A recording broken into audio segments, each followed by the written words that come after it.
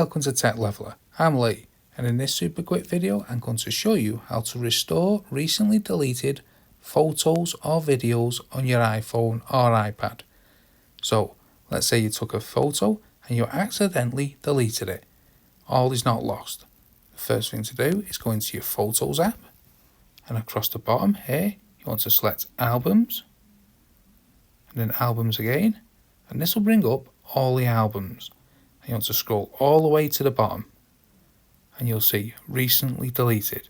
You will need to use Face ID or your passcode to log into your iPhone or iPad to open up this page. As you can see, there's currently a lock on it.